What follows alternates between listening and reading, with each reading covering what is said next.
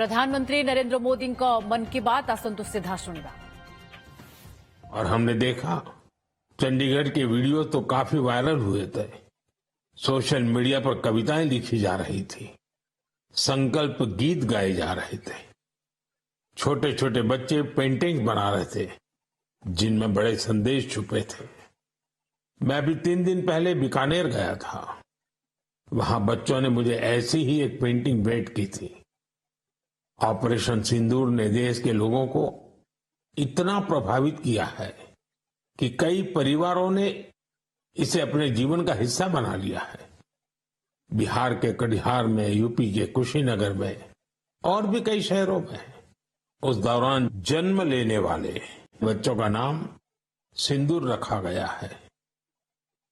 साथियों, हमारे जवानों ने आतंक के अड्डों को तबाह किया।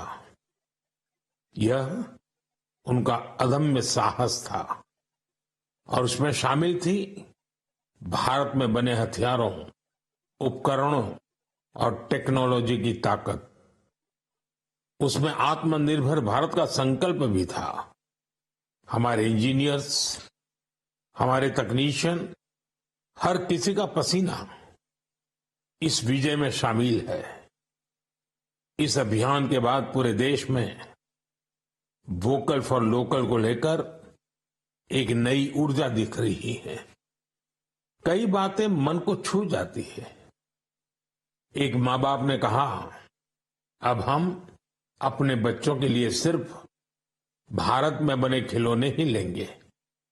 देशभक्ति की शुरुआत बचपन से होगी।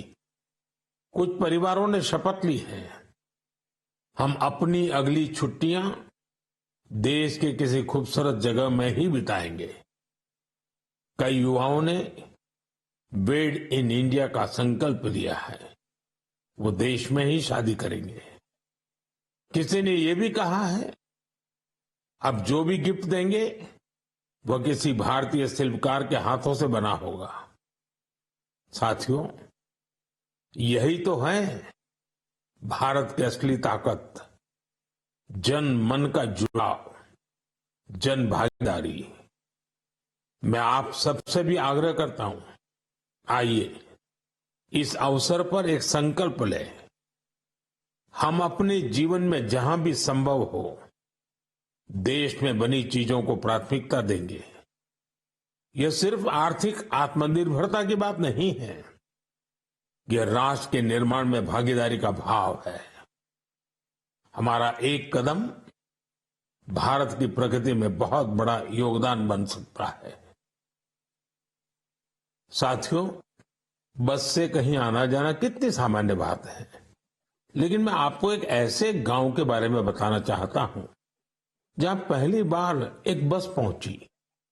इस दिन का वहां के लोग वर्षों से इंतजार कर रहे थे और जब गांव में पहली बार बस पहुंची तो लोगों ने ढोल नगाड़े बजाकर उसका स्वागत किया। बस को देखकर लोगों की खुशी का ठिकाना नहीं था। गांव में पक्की सड़क थी, लोगों को जरूरत थी, लेकिन पहले कभी यहां बस नहीं चल पाई थी। क्यों? क्योंकि ये गांव माओवादी हिंसा से प्रभावित था। यह जगह है महाराष्ट्र के गढ़चिरौली जिले में और इस गांव का नाम है काटेजरी। काटेजरी में आए इस परिवर्तन को आसपास के पूरे क्षेत्र में महसूस किया जा रहा है। अब यहां हालात तेजी से सामान्य हो रहे हैं। माओवाद के खिलाफ सामूहिक लड़ाई से अब ऐसे क्षेत्रों तक भी बुनियादी सुविधाएं पहुंचने लगी हैं। गांव के लोगों का कहना है कि बस के आने से उन लोगों का जीवन बहुत आसान हो जाएगा। साथियों, मन की बात में हम छत्तीसगढ़ में हुए बस्तर ओलंपिक और माओवाद प्रभावित क्षेत्रों में साइंस लैब पर चर्चा कर चुके हैं। यहाँ के बच्चों में साइंस का पैशन है, वो स्पोर्ट्स में भी कमाल कर रहे हैं। ऐसे प्रयासों से पता चलता है कि इन इलाकों में रहने वाले लोग कितने साहसी होते हैं। इन लोगों ने तमाम चुनौतियों के बीच अपने जीवन को बेहतर बनाने की राह चुनी है। मुझे यह जानकर भी बहुत खुशी हुई कि 10वीं और 12वीं की परीक्षाओं में दंतेवाड़ा जिले के नतीजे बहुत शानदार रहे हैं। करीब 95% रिजल्ट के साथ ये जिला 10वीं के नतीजों में टॉप पर रहा। वहीं 12वीं की परीक्षा में इस जिले ने छत्तीसगढ़ में छठा स्थान हासिल किया। सोचिए, जिस दंतेवाड़ा में कभी माओवाद चरम पर था, वहां आज शिक्षा का परचम लहरा रहा है। ऐसे बदलाव हम सभी को गर्व से भर देते हैं। मेरे प्यारे देशवासियों, अब मैं लायंस, शेरों से जुड़ी एक बड़ी अच्छी खबर आपको बताना चाहता हूं। पिछले केवल 5 वर्षों में गुजरात के गीर में शेरों की आबादी 674 से बढ़कर 891 हो गई है। 674 से 891।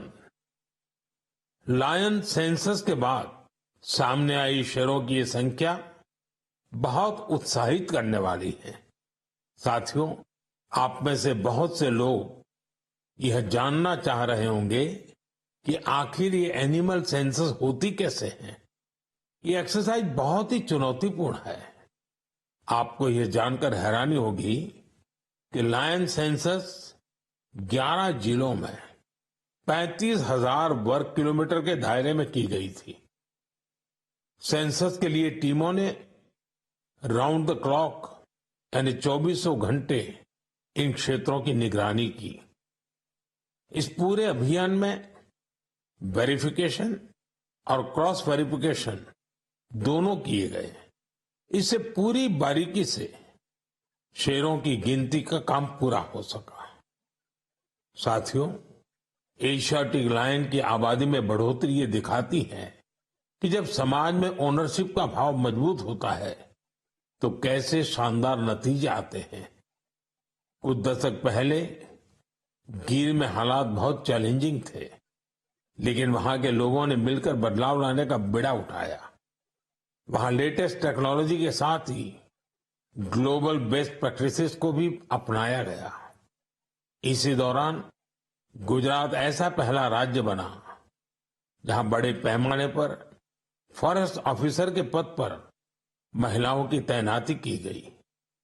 आज हम जो नतीजे देख रहे हैं उसमें इन सभी का योगदान है।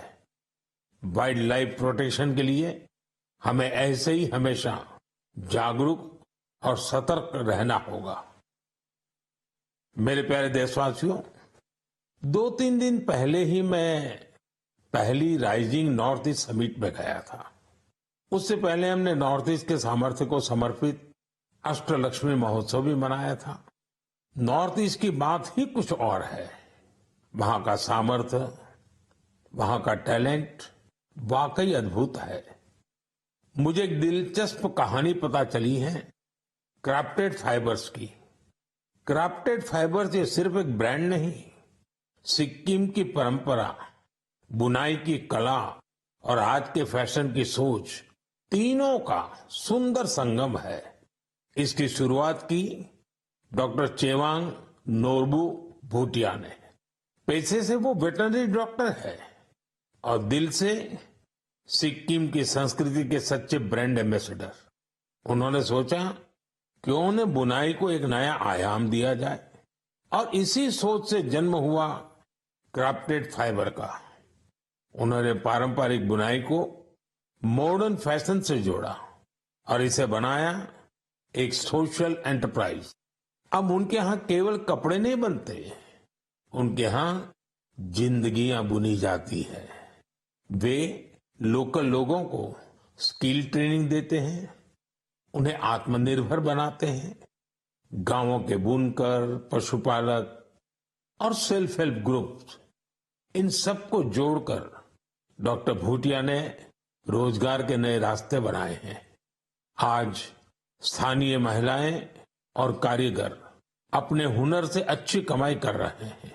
क्राफ्टेड फाइबर्स के शॉल, स्टॉल, दस्ताने मोजे सब लोकल हैंडलूम से बने होते हैं। इसमें जो ऊन का इस्तेमाल होता है वो सिक्किम के खरगोशों और भेड़ों से आता है। रंग भी पूरी तरह प्राकृतिक होते हैं, कोई केमिकल नहीं, सिर्फ प्रकृति की रंगत। डॉक्टर भूटिया ने सिक्किम की पारंपरिक बुनाई और संस्कृति को एक नई पहचान दी है। डॉक्टर भूटिया का काम हमें सिखाता है कि जब परंपरा को पैशन से जोड़ा जाए तो वो दुनिया को कितना लुभा सकती है। मेरे प्यारे देशवासियों, आज मैं आपको एक ऐसे शानदार व्यक्ति के बारे में बताना चाहता हूं जो एक कलाकार भी हैं और जीती जागती प्रेरणा भी है। नाम है जीवन जोशी, उम्र 65 साल। अब सोचिए, जिनके नाम में ही जीवन हो वो कितनी जीवंतता से भरे होंगे। जीवन जी उत्तराखंड के हल्द्वानी में रहते हैं। बचपन में पोलियो ने उनके पैरों की ताकत छीन ली थी, लेकिन पोलियो उनके हौसलों को नहीं छीन पाया। उनके चलने की रफ्तार भले ही कुछ धीमी हो गई, लेकिन उनका मन कल्पना की हर उड़ान उड़ता रहा। मन की बात रे पुणी थरे ऑपरेशन सिंदूर पाई भारतीय सेना को प्रशंसा कले प्रधानमंत्री नरेंद्र मोदी एवं देश में आतंकवाद मूलोत्पाटन पाई किभली आमे संकल्पबद्ध से बाबद रे मध्य कहूथिले, जहां आपण सीधा शुणुथिले।